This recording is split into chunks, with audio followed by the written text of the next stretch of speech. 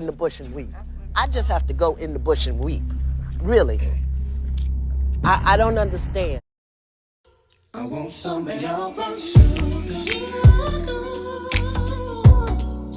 I want some of your brown sugar. Hello beautiful people, welcome back to my channel. This is Brownsugar commentating. I'm your girl, Kayla. If you're new here, make sure to subscribe for more videos about black entertainment, black womanhood, whatever else I feel like to talk about this week. Alright, let's get right into it. So, what's up, y'all?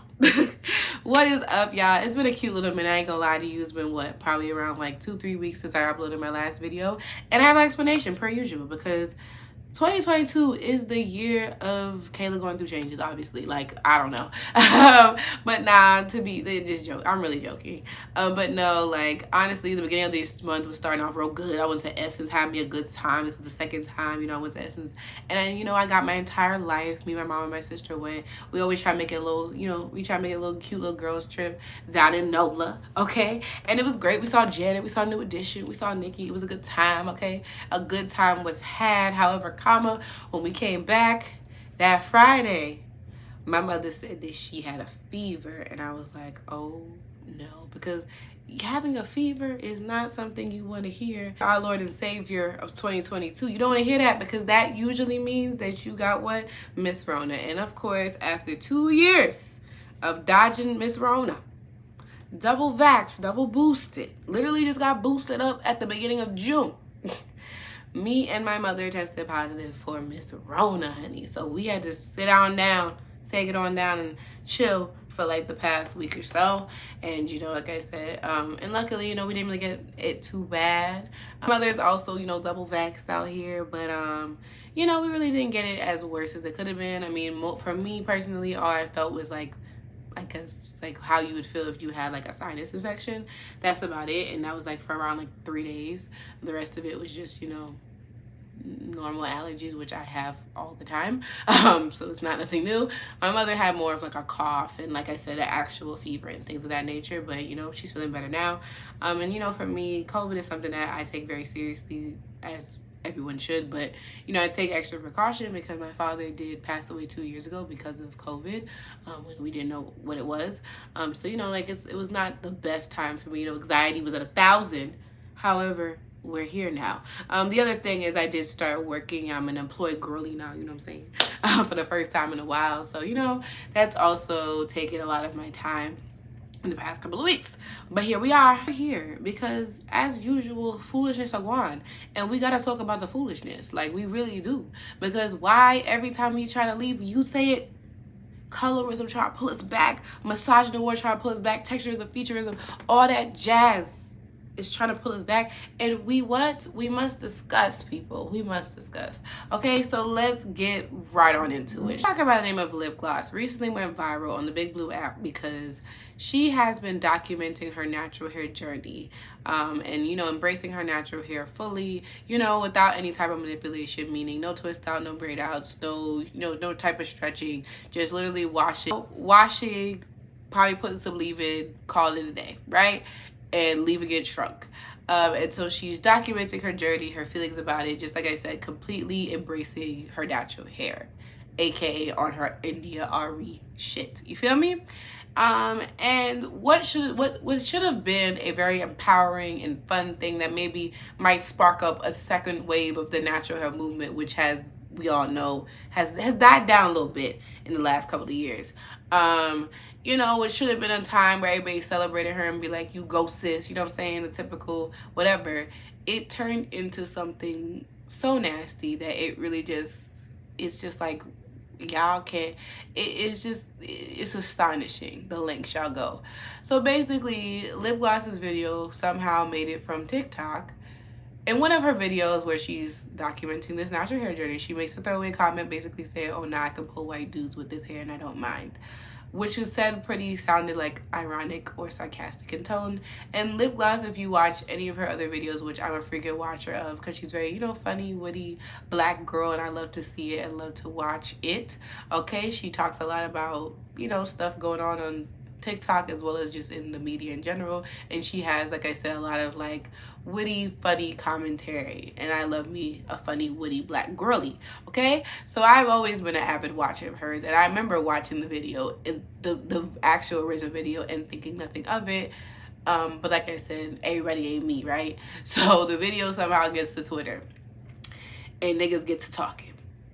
Grown men. And like I said, by the way, lip gloss is 19 years old, so relatively a child, technically. Like legally not really, but you know what I'm saying, like 19 is still a teenager technically, so young. And these grown people decide to take this girl's video and take that little throwaway comment and have all this discourse.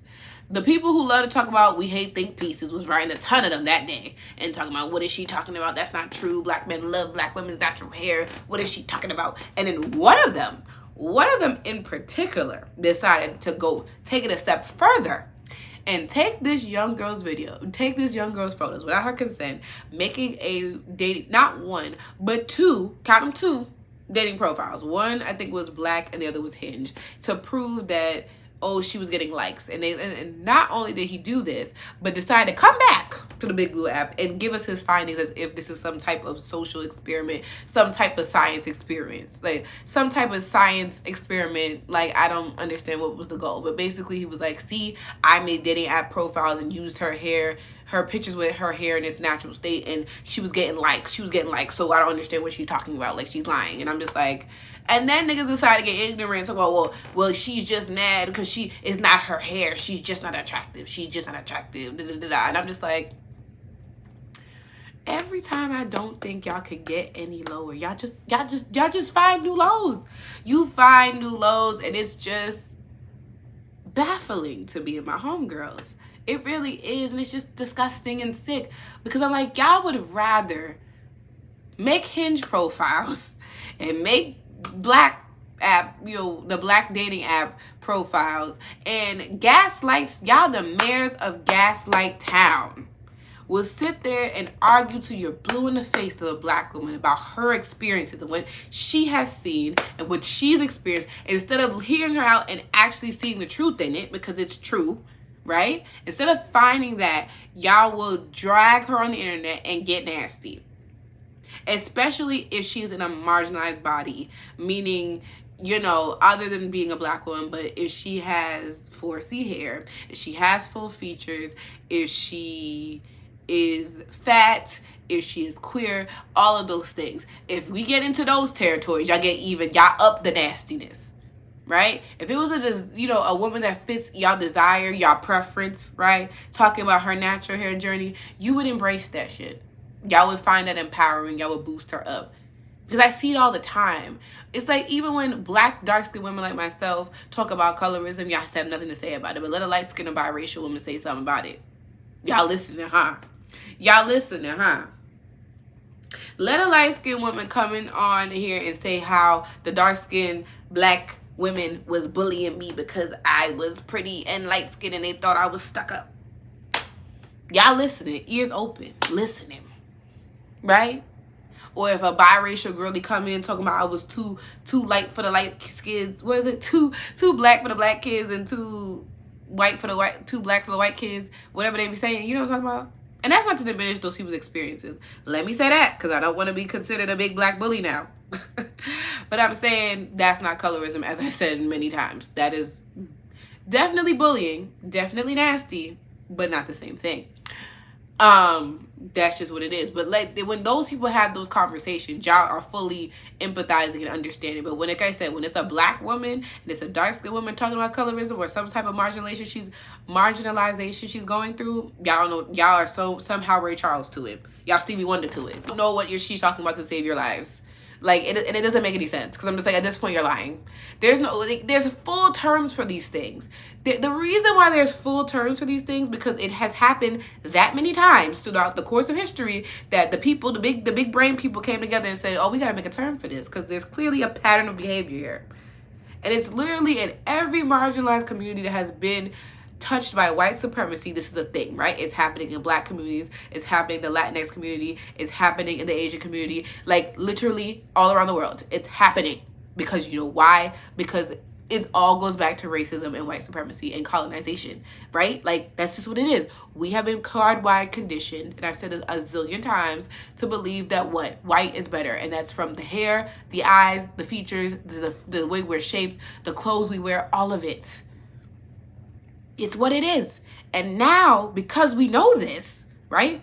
What's this phrase? When you know better, you do better. But y'all choose to never do better. Y'all are literally, it has you on a chokehold. It has you, and I want you to break free from it. There is too much good literature, good audio books, dissertations. People have made entire careers out of talk about this stuff. And the stuff is free. It's free. We have Beyonce's internet for free. And y'all still choose to be ignorant as hell about it. Because like I said, when it comes to the conversation about black women's hair, y'all know exactly what that girl is talking about. You know exactly what Miss Lip Gloss is talking about. Like, please don't be dumb. Be serious. Be for real. Be for real. You know what she's talking. Like, yes, obviously there's some truth to white men who either A, fetishize black hair, right? That they just fetishize black women. So obviously the hair goes into that, and that is nasty and wrong. And then there's also black, like, white men who are the very reason why we go through this crap in the first place, right? The systems that be is because of usually white men, right? And that they don't believe that black hair in its natural state is professional or good enough, or there are, you know, black kids who had to cut off their dreads or where they changed their, you know, black girls who had to straighten their afros just to go to school and not be harassed and bullied or annoyed. There are those things that, like, yes, there are white people who do that. Yes, right? But then there's also white dudes that don't care, right? And a lot of them, those aren't racist and not fetishy. They don't care because they don't know the difference. They don't know what a laid wig look like. They don't know what a twist out is. You ever see a white person come out like, is that a twist out? What you use, BL? No, it's not gonna happen. It's never gonna happen. Like, I remember once when I was in high school, there was this white boy who sat behind me in class. His name was Andrew, in my math class. And I remember I had a sewing at the time, and this is before, you know, lace and all that stuff. So I put my hair in a ponytail. I thought it was cute. Put my hair in a high ponytail, forgetting that, you know, obviously my track was gonna be out because I didn't have no leave out in the back of my hair. So I remember him saying, you know, I always like that your hair is done, that little braid that you got in the back of your hair. And I said, that's my track. Why would you say that? But he obviously didn't mean anything by it, because this nigga don't know nothing about tracks and all that. He genuinely thought that that was a part of my hairstyle. And that's what I'm saying. Like, white dudes do not be knowing that whatever that stuff is, right? Like, you know what I'm saying? You know, if you about to be around a bunch of white people, especially like if it's school related or somebody, you ain't got to dress down to the nines. You ain't got to do your hair too crazy, because white people are not paying attention to that type of stuff, because most of the time they ain't dressed up and their hair ain't done. Like, you know what I'm saying? And they don't know nothing enough about black hair to know if your hair is done or not done. You see me? You feel what I'm saying? But black men are especially hard on black women about their hair. This is true. And that especially if it is kinky, if it's coarse, if it is type 4, they're definitely, and if it's not big and huge, if it's not giving, you know, Kelly Rowland, if it's not giving, you know, Solange on the seat of the table cover, if it's not giving that, y'all are not paying us no mind. Like, y'all be the main ones that saying you need to do something about that hair. Like, what's going on with that? Like, fix it immediately. Like, y'all be the main ones having debates about lace fronts. And then you got, like, lace fronts and natural hair. And, like, literally, I remember hearing black men talking about, you know, you need to do something about that. Like, and natural hair ain't for everybody. That is a statement that I remember seeing on Twitter a couple of years ago. So, cut the crap. Cut the crap. Like, I want y'all to be for real. I do. Because y'all are full of it. You are. Like, I don't want to hear it.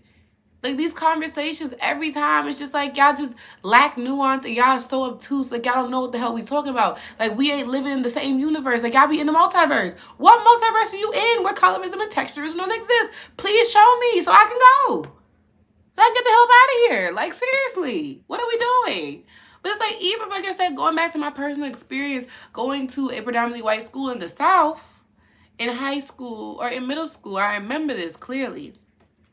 I used to wear box braids back then, like a lot. I would always wear box braids because that was the easiest style for me to do. And, you know, like middle school is that age where, like, you're not like young, like elementary school, you do like the bobos and the I Love Jesus clips and all that, you know what I'm saying, or the beads, but you're also maybe too young to get like a sew-in or a wig or something like that, right? So my mother, you know, being the Jamaican woman that she is, she felt the best thing she felt comfortable with was braids, and that's the compromise that we got, the happy medium.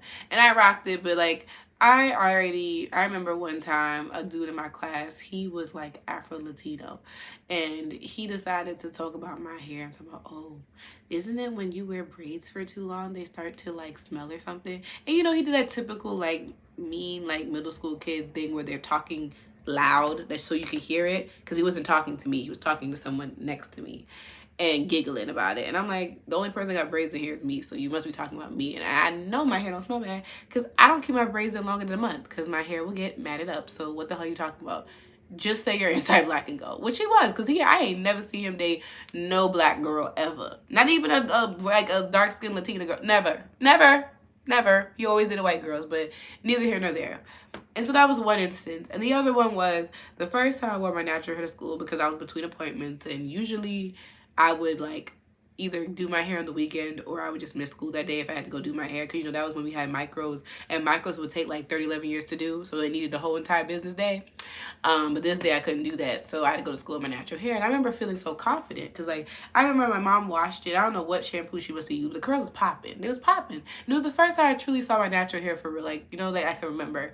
And I remember going to school feeling good about myself. I had little butterfly clips in it, feeling myself, and all the white kids were like, oh, your hair is so pretty, it's so nice, da da da. But I remember being in the hallway, and there was a guy, a black guy that was in one of my classes. And I remember him seeing me, he looking at me, I'm looking at him. We the only two people in the hallway, by the way, because I think this was during class time. So he was looking at me, I was looking at him. And he looked at me with so much disgust. And I just remember being like, in middle school and feeling like embarrassed. And I was just like, well, guess who's never seeing my natural hair again? The entire world is going up, right? And I had to go on after that. You know, luckily the natural hair journey, you know, the natural hair movement was really big when I was around like 11th, 12th grade. And, you know, you had the girlies like the Naturals and, you know, the Hair Marys and all the other, you know, great African beauty, like all of those girlies who had similar hair types to mine, that made me start to become comfortable with my hair and you know, start to open up the idea to wearing my hair natural. And luckily by the time I was like around a sophomore in a sophomore in college, I started to wear my hair out.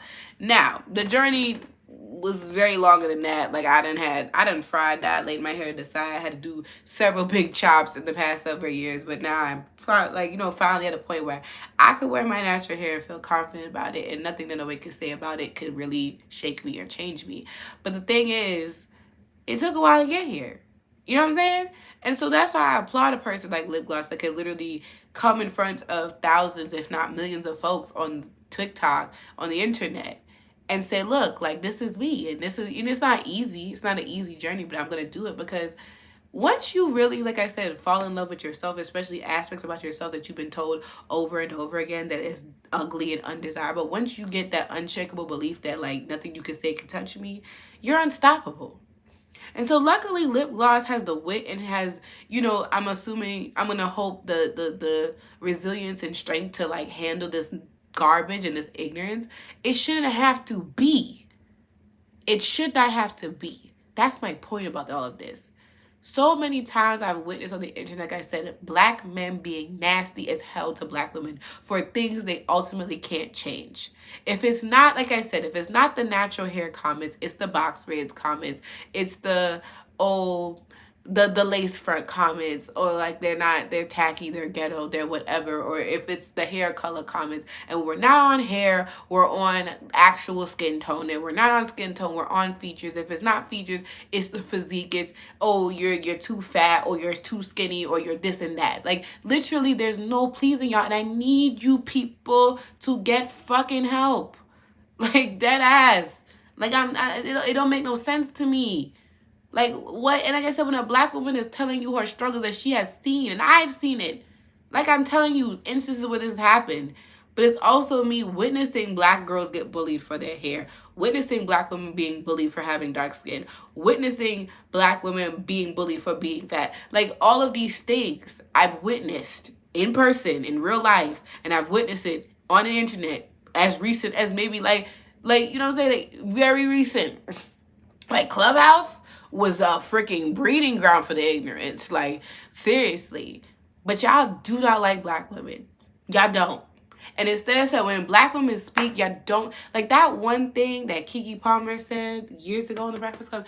It always I just come back to it because it's just like it's dead true. Like when a black woman says something, y'all don't give a damn. Y'all don't give a damn. But let somebody, a white woman, complain about her. Like I said, when that one girl, the girl that played Cassie, I can't remember her real name, but was it Sydney Sweeney? Yes, Sydney Sweeney. When them girls, whoever called her ugly, and she was there crying, and everybody just rushed to come defend and like love on her. I was like, I wish black women got that, and we do get it usually. Right? Because even with this situation, the dude that sat there and said that thing about the Hinge profile, he got his Twitter account taken away. Like, that's great. But like so many other girls, that doesn't happen. Niggas be co-signing that junk. And even though that dude got taken, there will be another. There will be another nigga saying some ignorant stuff about a black woman, or when a black woman is talking about her experiences, you know, about with colorism, with texturism. Y'all will always just be obtuse about it and act dumbfounded like it don't exist. Truly unfortunate and sad part about all of this. It is, because I said black women, especially dark skinned women, like even the other day I was watching Girlfriends. I started watching from the beginning because that's one of those shows that I watched like when it came out initially, but obviously I was like way too young to be watching it. But one of that happened in like season 1 where Tony didn't want to date a dude because he was dark skinned, and there was a scene where obviously like there was a scene where she's talking to Joan, who is biracial, but I think in the show she's just meant to be light skinned, her and Tony are having a conversation, and Tony is explaining to Joan why she does not want to date a darker skinned man. And she's telling her, I gotta do all these things just to look the way that I look. I have to wear the weave, I have to wear the makeup, I have to stay thin, just so that I could have a chance at finding someone to like me. And while, yes, I think Tony's perspective in this episode is supposed to be ignorant, it's supposed to be like wrong, like you should like a dark skinned dude because, you know, we're all black at the end of the day type stuff, it is still something to be said about what Tony said, right? About the fact that she felt the need to have to keep up with herself just to be seen as somewhat desirable in the dating pool, where someone like Joan's character literally can just roll out of bed and be seen as desirable because she is a lighter skinned and in real life biracial woman. And that's the facts. That is the facts. You know what I'm saying? And it's crazy that a show that was made in the early 2000s had a character going through something like that, and that is still applicable today. Y'all do not accept black dark-skinned women unless they are thinner, unless they have, you know, maybe like a thinner nose, maybe some smaller lips, or, you know, or if it's shown in like an exotic type of way, you know what I'm saying? Like, it has to be dressed up real nice for y'all people to kind of get the picture.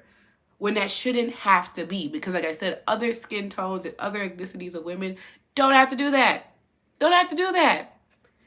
And that sucks. It sucks. But you know what? It's okay. Because like I said, y'all just don't want to see. It's just, it is what it is, right? It's just like there's no pleasing y'all. It's dead if we do, dead if we don't. And y'all are just nasty. Like, what else can I say? What else can I say? I already know, like, for some people that might watch this, there's a person that comments on my video, like, a couple of months ago, my Kanye video, saying, like, you need to stop talking about being dark-skinned. Like, you need to stop complaining about it. There's nothing you can do about it. Let it go, whatever. And, of course, I deleted the comment, because I'm just like, what? But I'm just like, sir, ma'am, whoever, because I don't even know what the person didn't have, like, I didn't look at their profile to know what was it giving. But like, I was just like, I'm never gonna stop talking about colorism, because that's what you're saying. I'm not complaining about being dark skinned. I am talking about the marginalization of dark skinned folks. Like, that's what I'm talking about. I'm complaining about the fact that we gotta do 10,000 times as much to be treated like decent human beings. That's all I'm saying. And it needs to stop. And until colorism goes away, until misogyny goes away, until homophobia, all of that stuff goes. Cause I just moved to another topic. Like, please, like, you know what I'm saying? Like, but you know what I'm saying? If colorism goes away tomorrow, I'll shut up about it. But like I said, it's not. You know what I'm saying? It's not going to go away, because as so long as racism and white supremacy exists and the remnants of colonization exist, we're going to have to keep having these conversations. I'm going to keep having them. And if you don't like it, do not watch my content. I'm telling you this now. It's never going to go away. And I've never complained about being dark skinned ever. This melanin, please. Please. Wouldn't trade it for the world. I wouldn't. Would not. But what I'm not gonna, I said what I could do without, though, is the colorism. I could. That would be nice for once, you know? But unfortunately, that's just not. But what we can do is every time we see it, we call it out, so that nobody feels comfortable to come out and be nasty to dark-skinned women anymore. But will we see that in our lifetime? I don't know. But guess what? You gotta keep trying. That's just my thing. But, you know, that's just how I feel about this whole thing. I just feel like lip gloss deserve better, dark-skinned girls deserve better, and the 4C girls deserve better. Because there are light-skinned girls who have 4C hair. But I'm just saying, like, we deserve better as Black women. We deserve to have our experience. We can talk about candidly on the social media about our experiences, and we don't be gaslighted for it and be bullied for it. That's just what I want. Seriously. Like, y'all are really sick. That situation is sick as hell. And it really just has me just, like, dumbfounded. Seriously. Like, it's been, what, almost a week since? And I'm still like, what the hell are we doing? What are we doing? But, yeah, like, cut the crap, man. Be serious. Like, y'all need to serious up. Some of y'all niggas need to serious the hell up. And like I said, pick up a goddamn book. If you don't want to pick up a book, get you an audiobook or something. Because y'all can't be this obtuse. Y'all can't. But anywho, that's my whole thoughts on the situation. Colorism got shot in a chokehold. Y'all need to seek help. And seek a library immediately, an ebook, something. You need a therapist, a lot of things. I don't know. But yeah, y'all let me know everything y'all think about this situation down in the comments below. Thank you guys so much for watching. I'll definitely see y'all in my next video. Peace out, y'all.